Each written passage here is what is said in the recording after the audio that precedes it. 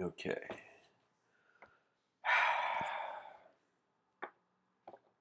Hello, everyone. Welcome to tonight's live stream.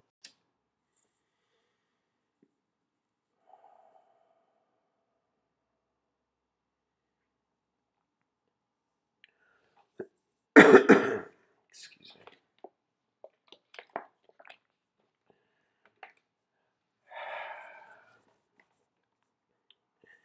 The title of tonight's episode is Inner Realizations of an Outer World. And so its focus is on, in some sense, trying to wonder about the value of continuity. And so in this podcast, I am speaking to an audience member who has the capacity to consider themselves a universal being. That means you are not only able to find a sort of uh, self updating, efficient, peaceful approach in this life, but you are also able to see beyond your life and to consider the lives of others and then the life of your, you know, planet, and then your galaxy, and then your whole universal sector. And it all comes down to actually our moment of existence, because one has to ask, where do we draw the line of superstition, you know? And I'll tell you, we draw it at the source of language. And this is a very interesting statement because I'm saying that language is a simulation, you know? When we wonder about imagination, like, Albert Einstein is a very wise person, but he's known to have said, like, there's a quote ascribed to him where he says, let me actually find the quote.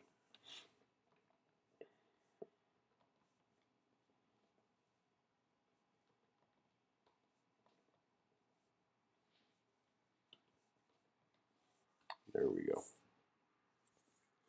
There's this quote ascribed to Albert Einstein where he says, imagination is more important than knowledge. For knowledge is limited, whereas imagination embraces the entire world, stimulating progress, giving birth to evolution. And I think what Einstein understood that was actually that the value of his contribution was he, in some sense, had revealed something about the world that was not considered before, a new efficient gaze of life.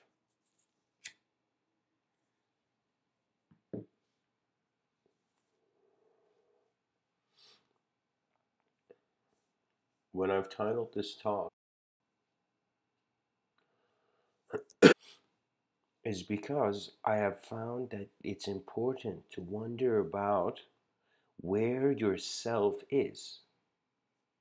Imagine if you want anything to do, if there's anything you want to do in this life, well, there's the sense of self that you have which has to do it, right? And most people try to just have a certain fixed mentality towards success. They think they have to lock down their attention on an image and eventually they'll get there. This is kind of like that new age confusion, law of attraction stuff. The only thing law of attraction gets you is just a lot of law of attraction books.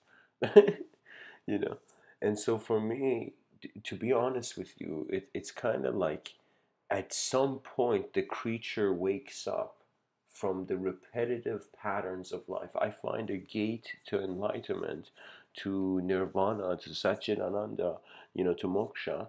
A gate to enlightenment is actually through boredom, a boredom that is no longer just fixed on having to see the same thing, because that is our kind of like a philosophical concern, that if we really, everybody was super peaceful and there was a utopia, would we be satisfied, you know and then we see we cannot avoid the chaos, as if we're in the same room regardless of what order the civilization progresses towards, whatever design it has.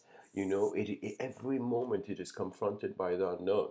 And it's one of those things where that villager kid in Game of Thrones didn't realize the Night's Watch is battling zombies. You know what I mean? And that what that means is there's a greater maintenance of things beyond the first reality. And so, in some sense, self exploration becomes a kind of questioning of trying to find the location of your mind. And you realize your mind really can't have a location because it's just being the whole moment. And so your attention goes to the moment and you ask yourself what is in the moment, and you notice your body. You notice there's a just a second, guys, sorry.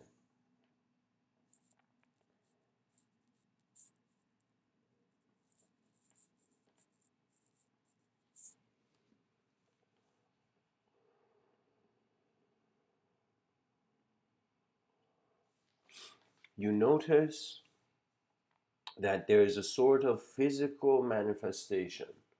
That means, think of it this way: life begins for every child as a sort of unknown present intelligence that is trying to figure things out.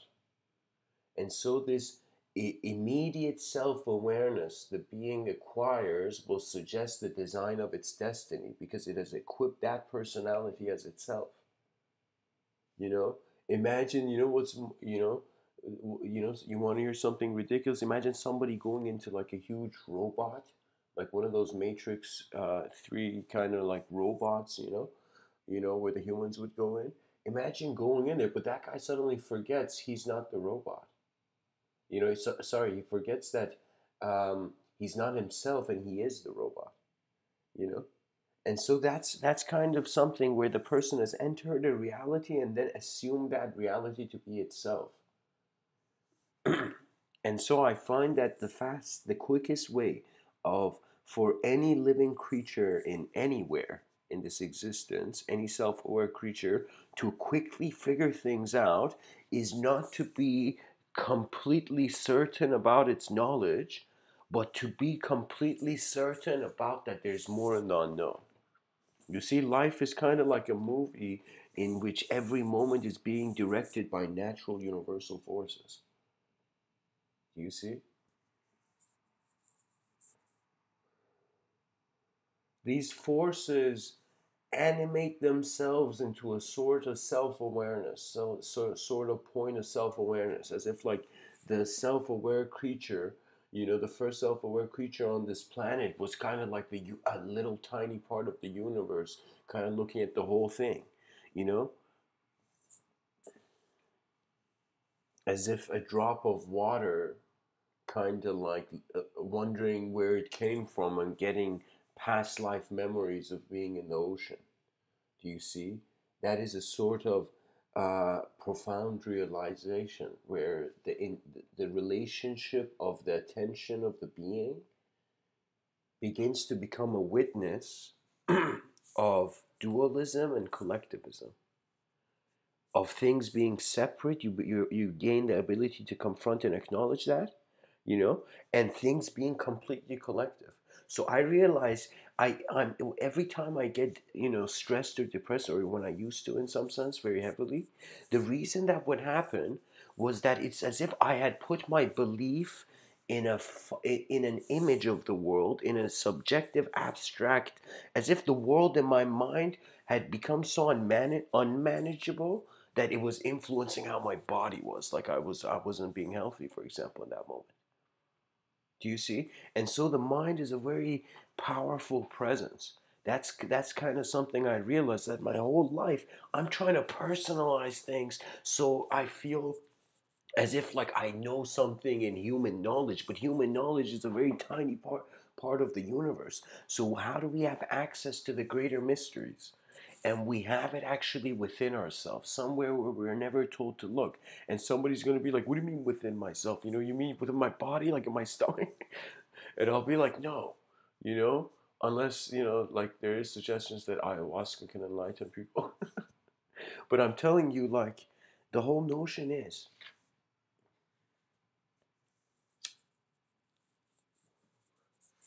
that after you go through a personal enlightenment, you realize that sense of personality or you is actually based on everything else around it. And so you realize you begin taking the responsibility as if you're the universe taking care of itself, not a person trying to take care of the universe. You know, you access what some people have called the Tao of the moment. That means the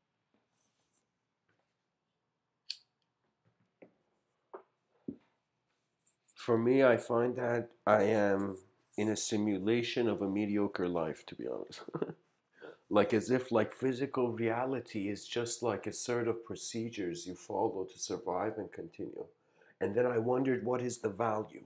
That means I was drawn by science to be quickly disappointed that the philosophy behind science was that we don't want to look until we have proof. And I was like, Jesus, how many things will go, how many truths will pass by the eyes of scientists and they will never see it, because a certain lens is accepted.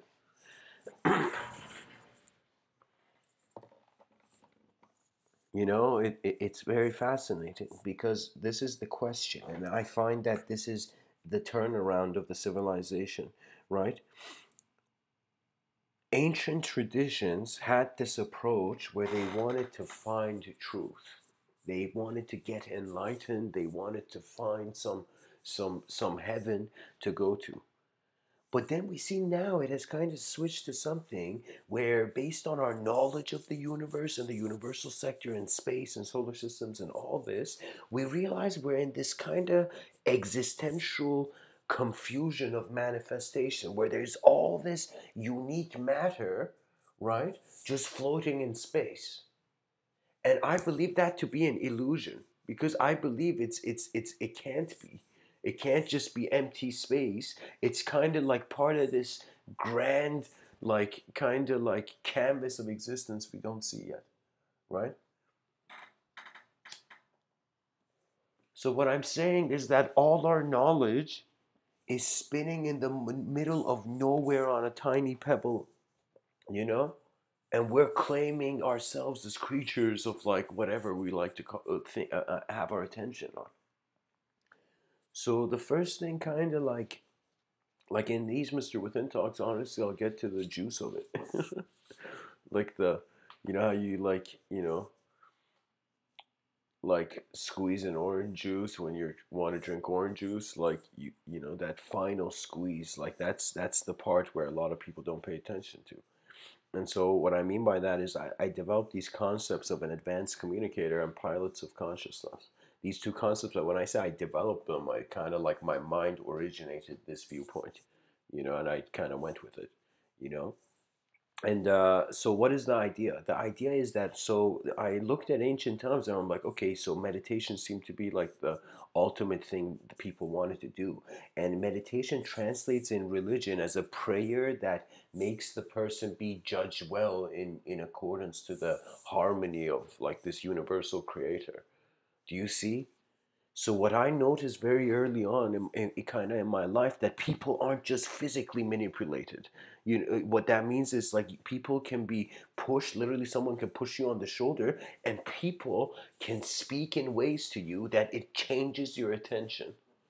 And that this is where, if you are not self-aware, you will become winced by the words of an intelligence that is not actually originating from you. Do you see? It's as if like a lot of people feel like enlightenment is something, the moment you go into that supreme state, there is nothing. It's like this like truth and like nothingness is like present at the same time. I don't want to deny that. But I want to tell you that what matters most is simply just like an abidance by your nature in your sincere moments. So when somebody brings up this idea of like a true nature, like go find your true nature or something, honestly, what that's saying is that just find certain moments where you were sincere in life, where you don't want to be anything else, or you don't have to be something, you were just present as a being, right? And then from that moment, you'll kind of naturally recreate that intuition you had in that moment, right? Because a part of our intelligence has to be self-generated. And what I was trying to get to is that people in ancient times look for truth, but now we have to create truth because it's in utter emptiness, and like it's like this empty piece of paper, and we have to write history on it. And a lot of people don't even consider it nowadays. A lot of children are just, they want to find better ways to entertain themselves while their species cracks little by little and crumbles, you know? And so this is what I find, that we require is just efficiency.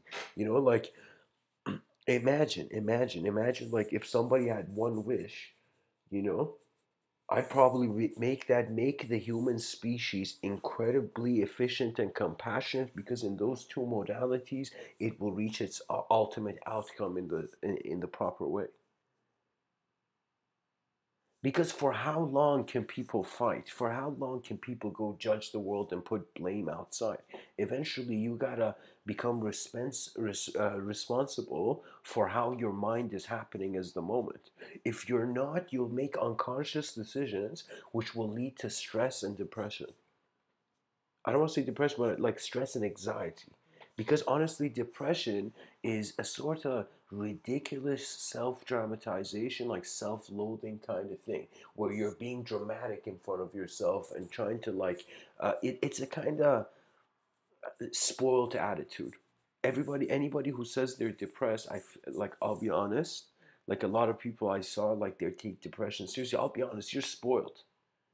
Because you got to think back in the day in history, like our ancestors had to run in battlefields holding swords. They had to, because the necessity of the moment aligned who they were, not just their preference of their inner reality and imagination and all that. So you see, it's as if I see it like this. It was a very fascinating kind of self realization for me, actually. I was driving and I suddenly began thinking of what happens after death, right? And I began wondering about this concept. Like, I was kind of really theorizing. I'm like, wait a minute. If the mind, let's say your body originated, as your body originated, suddenly this kind of new dimension of a mind originated as well. This mind is how, like, behind your eyes, like if you just close your eyes and sit down and do nothing, in your mind you could still do things. In your mind you can project visualizations and images of yourself and the world, or many other modalities, or whatever is accessible to you based on like your antenna range. you know and so like if you really consider this,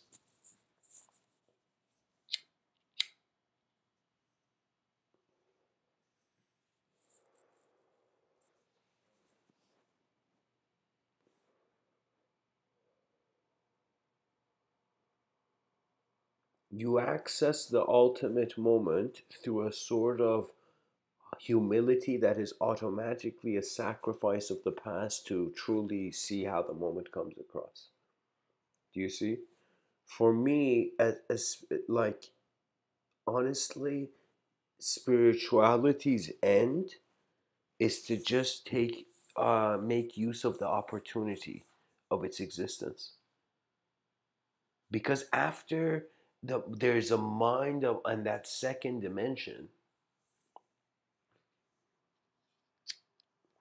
pretty much the theory, what I was theorizing, like while I was driving, was that pretty much your mind stays alive because the body has managed to self-identify with another subtler dimension. So after the person dies, the mind is present in a dimension of its own because of its kind of the way it existed. Right? It's as if the consciousness has found a sort of subtler mental existence in another dimension.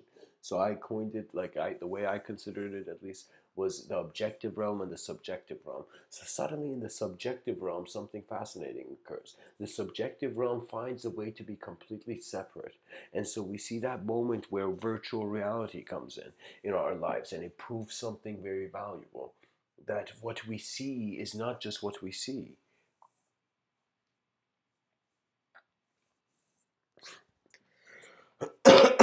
Excuse me.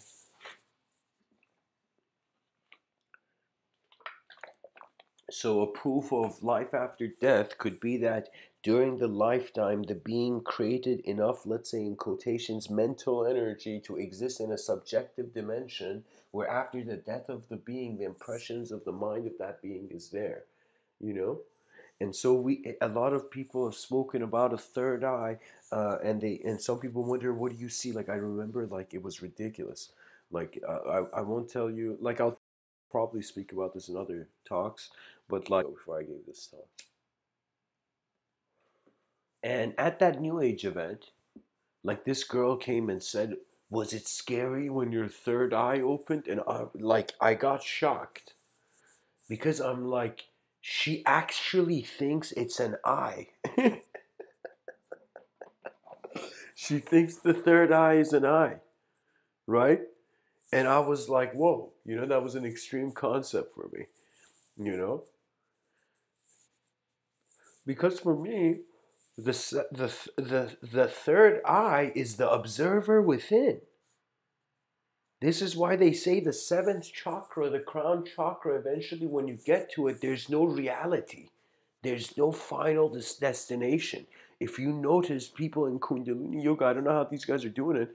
I think minds are powerful when they put their intention on something. But in actuality, what's happening is that the energy is spiraling from the spine upwards. And as it is going upwards, it is going to a moment where it suddenly becomes non-conceptual, non-imagery, as if when you become a king of this reality by realizing that you also have the eyes of the beggar. You become aware of the whole spectrum.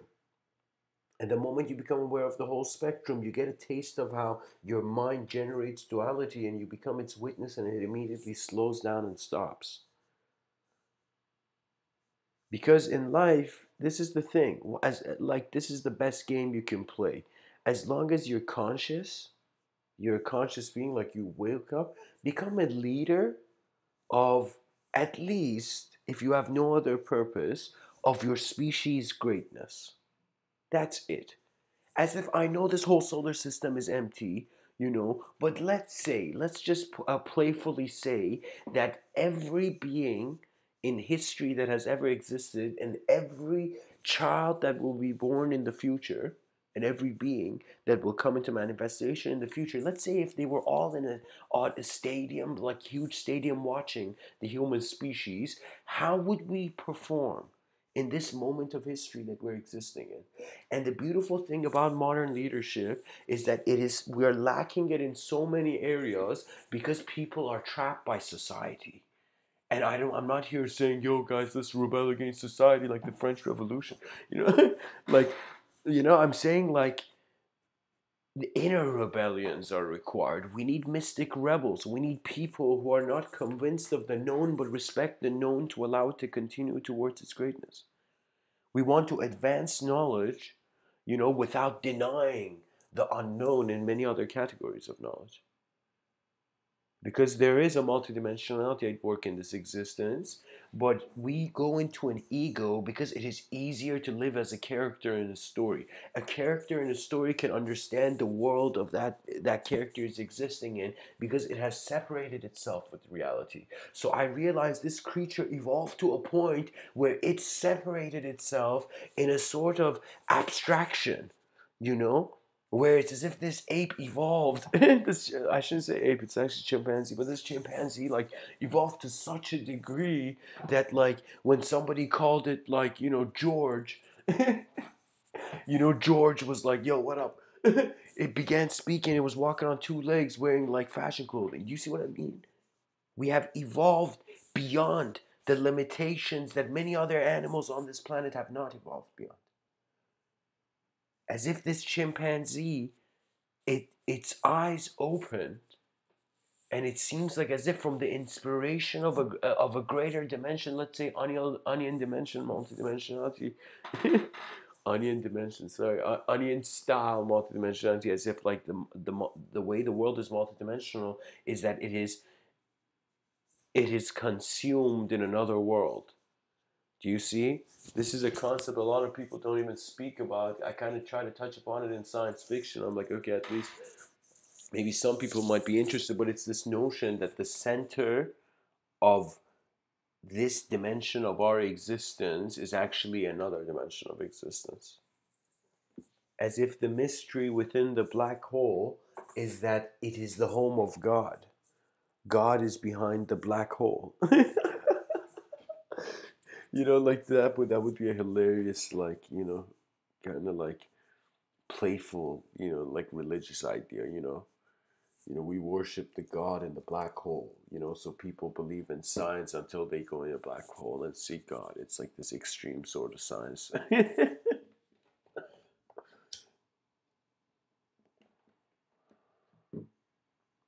Eventually, through what life exposes you to, you begin developing a sort of pattern recognition. This pattern recognition is at first being emotionally managed based on your first self, the first idea of self you had, right?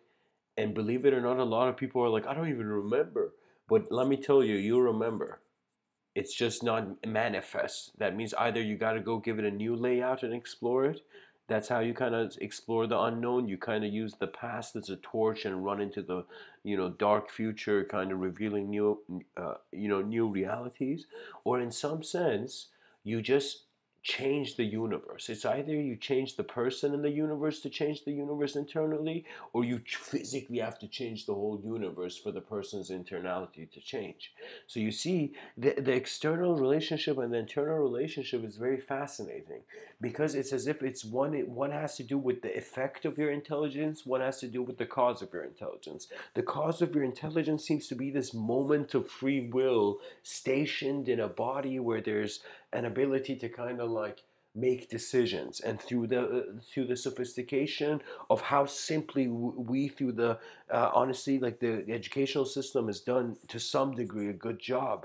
If you look at it from an alien's viewpoint, if an alien was like in our atmosphere looking at the educational system and said, okay, at least a lot of people on this planet can read, you know they can transfer knowledge and communicate in more advanced ways. Because I would say like this, I heard Terrence McKenna. I don't know if you listen. Whoever listens to my talks, go listen to Terrence McKenna. I've uploaded some of his talks, right? But this man, in one of his talks, he was suggesting this idea that humanity is an intermediary for a sort of digital intelligence exploring the world eternally. You know,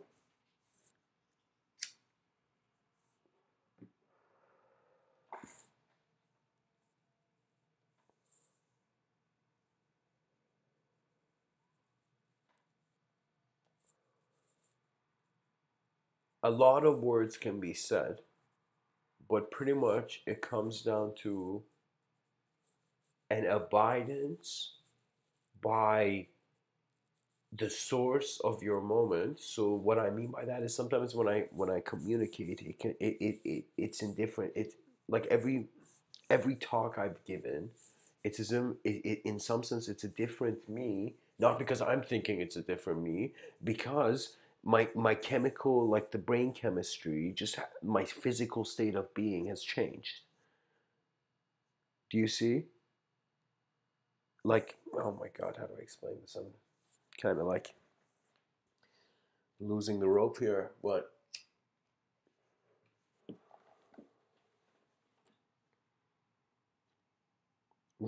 become aware of yourself, then realize yourself is awareness, realize that awareness is unconditional, realize the unconditional manifests instantaneously, spontaneously, and naturally. So as if, like, as the person walks on the staircase to heaven, they begin in some sense experiencing more a moment that is miraculous. So when your moment becomes a miracle, you attain what I call, very playfully, ultimate gratefulness. And you realize that just the fact that you're conscious of existence is this supreme bliss. And you begin to suddenly see all your notions of depression and stress in your life kind of are like we're the surface of the true you. And the true you is not a concept, it's not even a point, it's not an image, it is the whole moment. Do you see? So anything in your moment becomes a sort of divine revelation of the unknown. As if your relationship with God, it's like the God of knowledge is the unknown. That's pretty much it.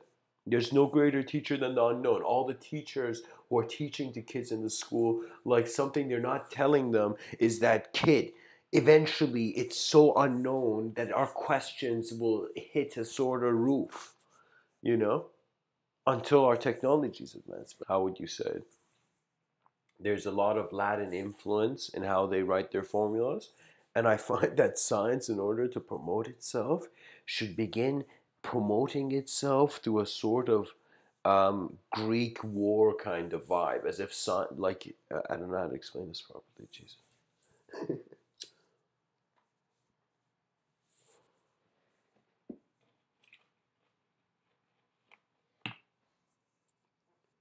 The war of knowledge on the unknown, similar to a rocket lifting off beyond our atmosphere for the first time.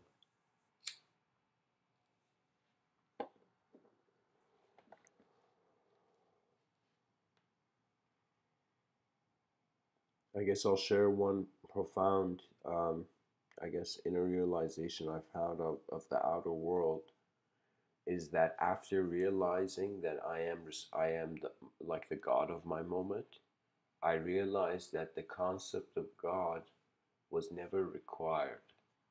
So, in some sense, my efforts and all my missions and spiritual objectives and any sort of desire I had, it kind of became hollow in the realization that there's a greater game going on than the game I was playing.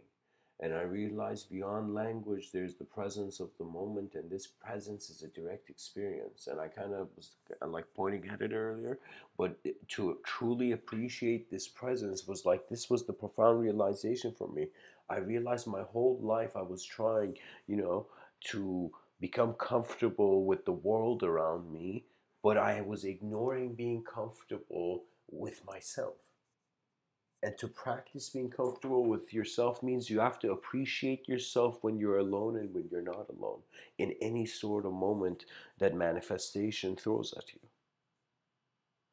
That's kind of like for me. They say enlightenment is a state. What does that mean? It is the state beyond all the states. In the Rebhu Gita, they say there's the waking state of consciousness. That means like pretty much like you're awake, like waking life. There's an idea of your ego and the whole story, you know. And then there's deep sleep where there's nothing. There's no ego. It's blank. And then there's dream states, which seems to be a kind of bridge between these two. So these three states of deep sleep, dream, and waking life, in the Rebhu Gita, this ancient Vedic text, the suggestion was that there's a fourth state, and this fourth state is the witness of the three, and this fourth state has no qualities and it is attributeless. As if in religions when it was suggested God is within you, it's like how could God go to hell if God is within me and I am being judged? Do you see? Individuality is your relationship with the universe. And in modern Western culture, this whole thing about political correctness, I'll honestly say,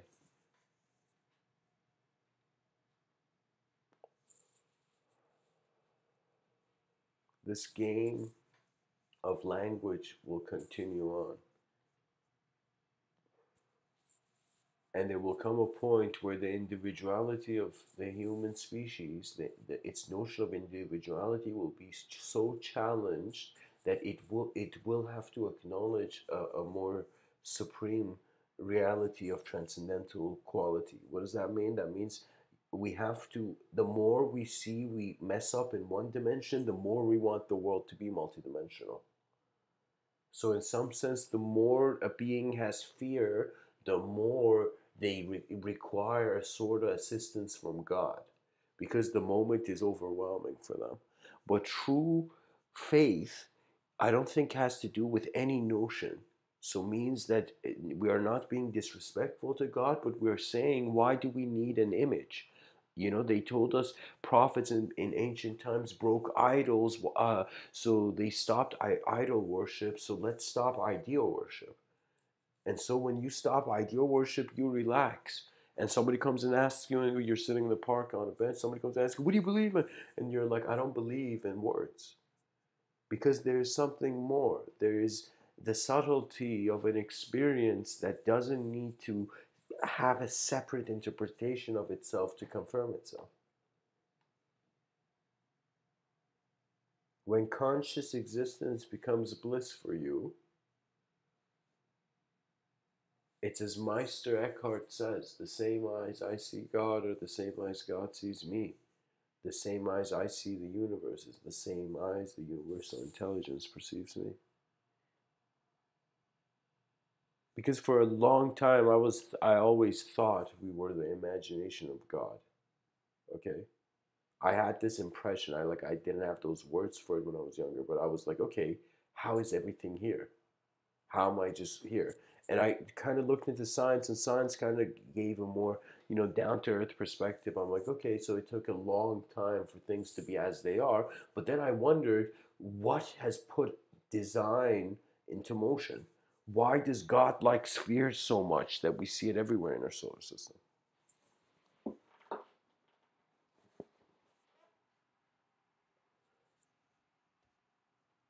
I realized even if the universe could answer me, even if truth had an answer for me when I asked what truth is, I could not contain it as long as I was a temporary being. So here's the situation. Here's the riddle. How can a temporary being contain an eternal truth? Guys, if there's anybody listening, you can give answers. How could a temporary being contain an eternal truth?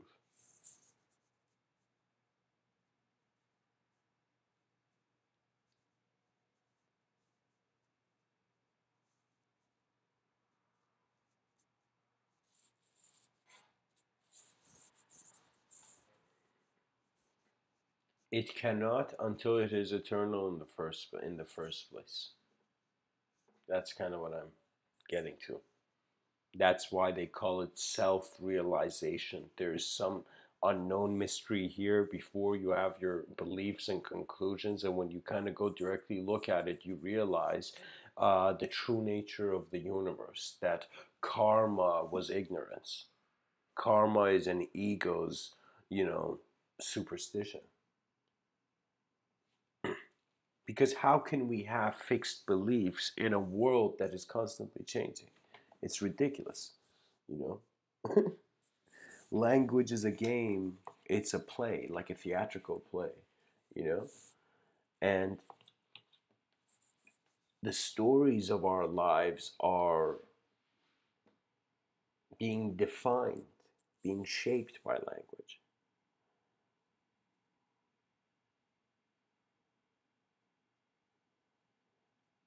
You cannot let go of the past without letting go of the future.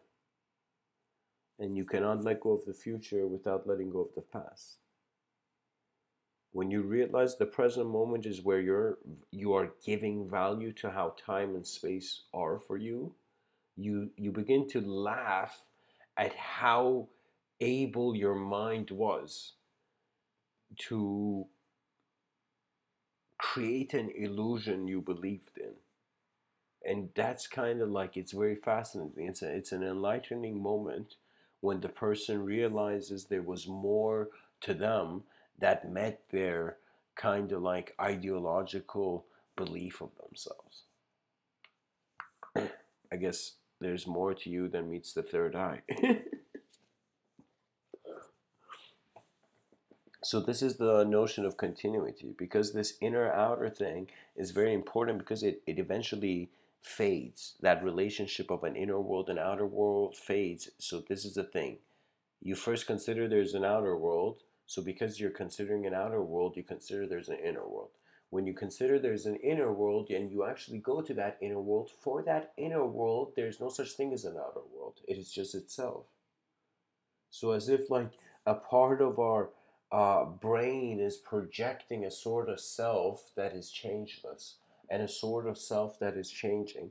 And through the chaos and order of different hemispheres and different atmospheres, the universe moves our attention in different ways. This is why I say it oscillates. This is why Shirin Sargadot Maharaj, this, um, Indian enlightened fellow, he has this very fascinating quote, a quote where I honor, like it was just incredible. And he says, and in and between these two, my life moves. As if his attention is in some sense oscillating, vibrating, going back and forth between total emptiness and total intelligence. As if what this man was kind of saying, or how Mr. Within at least interprets this, how I interpret it, is that he was saying that we are in the middle of two dimensions and we all think we're in one, and we wonder why there's confusion and bad management and inefficiency, because we have not realized that our inner reality doesn't have to influence the outer reality, and our outer reality doesn't have to influence our inner reality. That is freedom. Your free will can dictate the boundary of how deeply your mind interprets a situation and how naturally it is. And honestly, in these Mr. Within talks, don't think you just have to be like a kind of mystical analyst your whole life and stuff. Like that's the only way I can talk to you honestly like that. This is a certain medium. This is just a limited medium. But I'm telling you, like, some moments of life you don't want to know what happens because you want to see how life moves. It's like before you have an idea, before I have an assumption on who somebody is, I just want to see what they say. I just want to see how they appear, and suddenly you access a sort of self that doesn't care about judgment, cares about advancement of self-awareness, regardless of format. It doesn't matter if it's a dolphin being aware of itself, or it's a human being being aware of itself, or it's a bird being aware of itself. Whatever creature it is, you know self-awareness is like a universal quality, and it's an opportunity, and it must be respected. So for me, honestly, it's one of those things where it's very hard because our survival depends on nutrition, and nutrition for now is focused on animal life. And so we're killing the animals, like and we have to be heartless. No man can eat a steak if he actually had emotions for the steak. You know what I mean? you know So we have to consider animals as objects to be able to eat them. And I understand the hardship of that, and our ancestors had to survive in the ways they had to. But if we are able to maintain a better way, we can say at least that any creature that is self aware doesn't deserve to be exited by us, deserves to be naturally destroyed. So that means a bulldozer destroying the rainforest is kind of like, okay, relax, bulldozer. Let time be the bulldozer. Let nature end its cycles by its own accordance. Do you see? And some people make even a super philosophical argument where they say that bulldozer is also nature's will moving, and I'll be like, okay, that's touche. But I can say that just what kind of where I'm getting at is that your free will requires a direction, and once you find a direction, passion arises. Once passion arises, your greater sense of self has enough confidence to just be. And as it is, your karma no longer becomes like based on bad luck or good luck, because you become a creature not bound by the limitations of a past and future. Time is no longer this linear thing, where it was like from the past you're going forward, you know.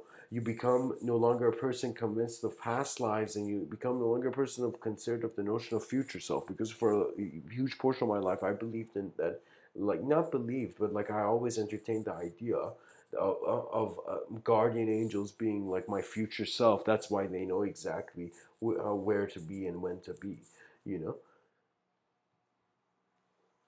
But for me, I realized time is it's just paint. An artist can never say like one color of paint is the truth.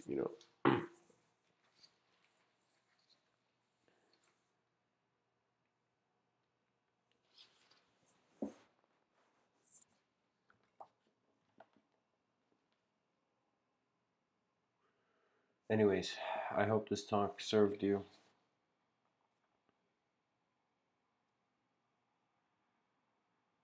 I brought up the idea of advanced communicators and pilots of consciousness. I've spoken about in other talks. You could just search those terms, and maybe some videos, some talks come for that. But pretty much the pilot of consciousness is the enlightened state of being, and the advanced communicator is the non-enlightened. But the advanced communicator is a being where it's enlightened. Okay, let me say it like this: the advanced communicator is like the enlightened state of being. The pilot of consciousness is beyond the enlightenment. That means the pilot of consciousness is kind of like you as a collective being. It's as if the universe is moving you, and the advanced communicator is as if your ego still wants to become the lord of the lord of its world, you know. So you got to kind of function with that. And the advanced communicator is a sort of humble approach to a sort of wild ego, where it's as if, like I'm saying, feel ultimate freedom because you have free will to do anything, but at the same time, you can update this free will. You can update your vision of what you can do by kind of being patient and kind of observing greater things will arise naturally.